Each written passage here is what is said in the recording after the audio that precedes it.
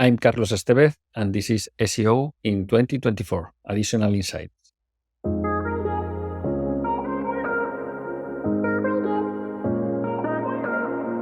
Carlos, what's your additional insight for SEO in 2024? Well, at this moment, as AI is getting all the text content creation, we should move to create our content calendars based on short videos especially, and go just not only text content, but joining to this new trend of short videos and making sure we can create all relevant content. So is this for every type of content? Are we still okay sometimes publishing just written content? Yeah, I think that all kind of content must be at least created in a video way, not only just video, but complemented with text. And I think that at this moment, our user prefer consuming our content as video, short video or long video, but definitely in video form. So I think so, yeah. Now, you started off by saying short form video, but then you said short form or long form video. To a certain degree, they're quite different mediums. Short form tends to be vertical and quite precise. Maybe a more animation on there as well, captions, things like that. Long form tends to be discussions like this. Do you think that they're entirely different forms of content, or can you get away with creating short form content from long form content? Well, it's a good question. I think that we maybe choose both, but I think that as people is going to get used to consume all the videos in their mobile phones, finally, I think that especially only the longest ones, they are going to be consumed with the mobile phone in portrait. But all the other kind of videos finally are going to be recorded and consumed in vertical mode. Okay. And are there any particular platforms that you favor to publish on?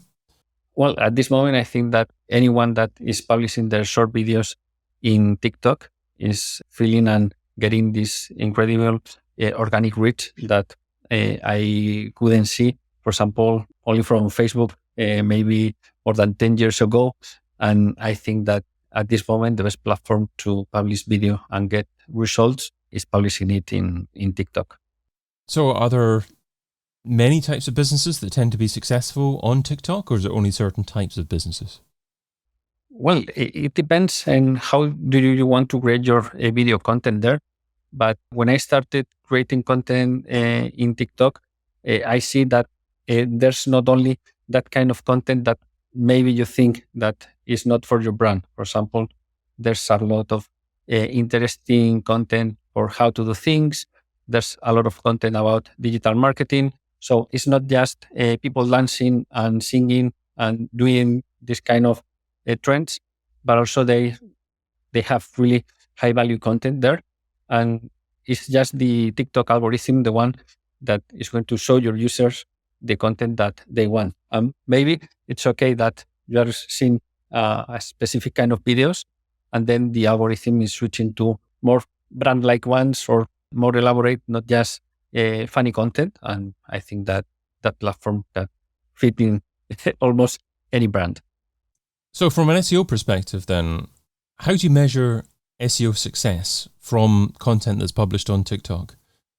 Well, I think that the way to measure this success is the same as you're creating any kind of content.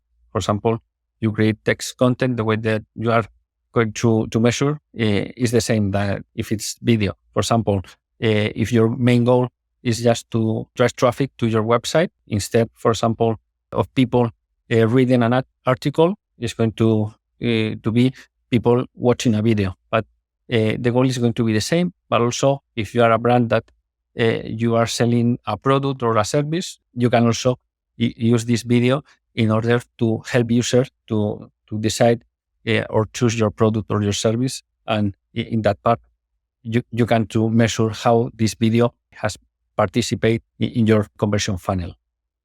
So how do you know that you've driven traffic to your website from TikTok? Because a lot of this is brand exposure and perhaps people more likely to type in your brand in Google, but that's tricky to measure, isn't it?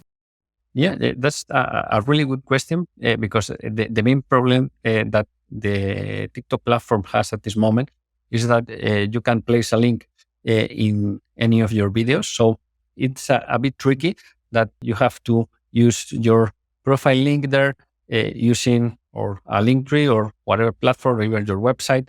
And in that URL, have a way to send people to different links that should be included in each video. So it's a bit tricky. It's not easy to get out and get those people on TikTok, visit your website. But I've made several tests in that way, and I've seen that it's possible to drive really decent amount of traffic from your TikTok profile link to your website. Now, one concern that many marketers will have is that you're driving traffic to third-party domains, to other platforms, and you're not getting people visiting your website necessarily, certainly in the early stages of the customer buying journey. Should that be a concern, that you don't have full control over what the customer does, where they interact? Well, I think that although the ideal platform should give us that opportunity, there's an opportunity to get really high volume of traffic from a platform like this. It works that you are missing some control of what are doing the user there.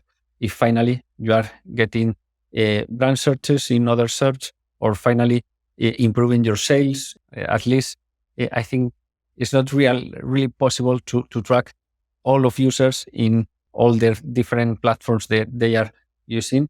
In my test, I see that this lack of information is not really important if you are able to get enough users from this platform. Okay, at the end of the day, if you can get measurable traffic and it impacts the bottom line, then it doesn't matter where customers interact. But I mentioned that perhaps users on TikTok would be at the early stage of the buyer journey, but perhaps that isn't true. Is there a particular stage of the buyer journey that people tend to use TikTok for? Or could it be any stage? Could it even be final purchasing, making decisions type stage? Yeah, I think both, because there's two main algorithms inside TikTok and two main different sections. That the usual one that most people use is the For You section, where you are consuming TikTok like if you're watching TV. You are with your TV and changing to the next channel, and in a very passive way, you are consuming content. You are swiping and swiping, and they are not asking for anything. And also, we have seen in several of our clients that there's a lot of people who are looking for places, especially restaurants, travel destinations, and they are planning to travel or to go dinner or go out to that places in a really transactional part of their funnel. So I don't think that it's just for this top of the funnel users that you want to impact.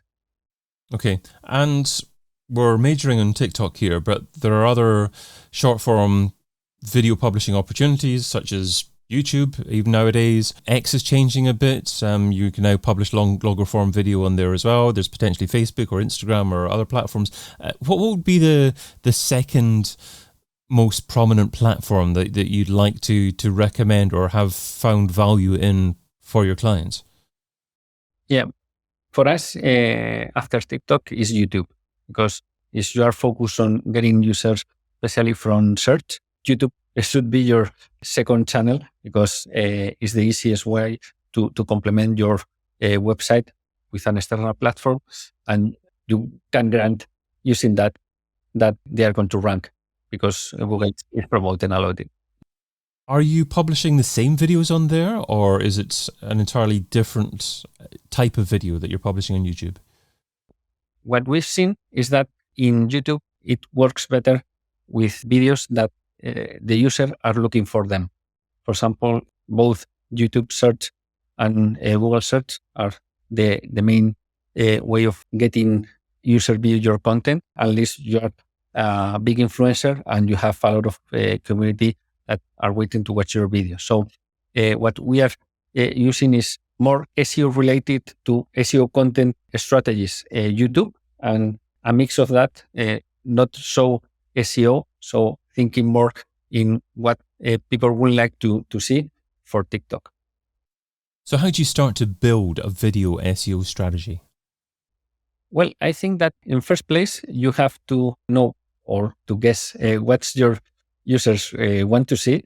And once you have an idea, you have to try. What we've seen, and especially in TikTok, because in YouTube, there's a lot of information and it's really easier to know which the more trending searches that you can focus and you can create videos based on that. But as in TikTok, you don't have this data. My my way to do it is that using external data and try what you think that is going to work, using also the TikTok search and the suggestion, as we made SEO long times ago when there's no so many information as now. And that's my point. Yeah.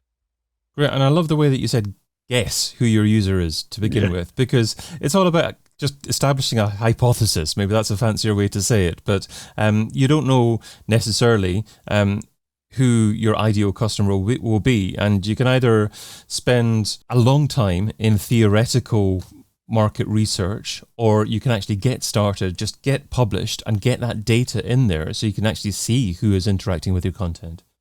Yeah, absolutely. I think that, for example, if you are paying for ads and pay for something, you need to have a really clear idea that what you are going to show your content. But as this is organic content that most of people are going to see it, the best way to test it is that a lot of people consume it.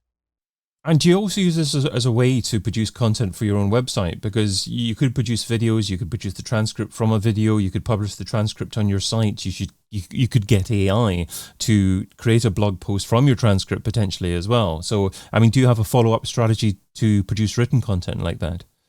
Yeah, and that's almost the same that you are saying, but with one main difference, that we think that at this moment, you don't need to put the transcription, because there's a really interesting thing that most people don't know, and is that TikTok is indexing all their videos. And although you visit that video on the platform, you can see the transcription of what that person is saying, but Google is reading it and it's ranking for this content that a person is saying in their video. So I think at this moment that if you embed that video, for example, a TikTok video, YouTube short video on your website, you don't need, as we do this in previous years, that adding below all the transcription of that video, just placing it, or even adding some extra information, some links, some things that can add some value to that content.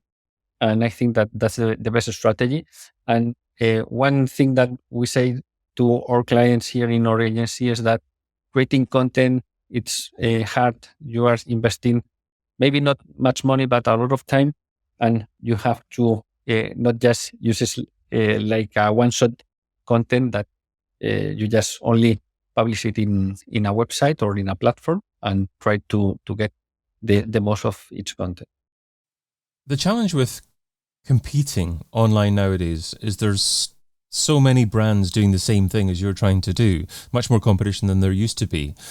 So as part of doing video, how do you differentiate yourself from other brands? Because loads of other brands will be creating video as well. What makes a particular brand's video more unique and more engaging than another brand?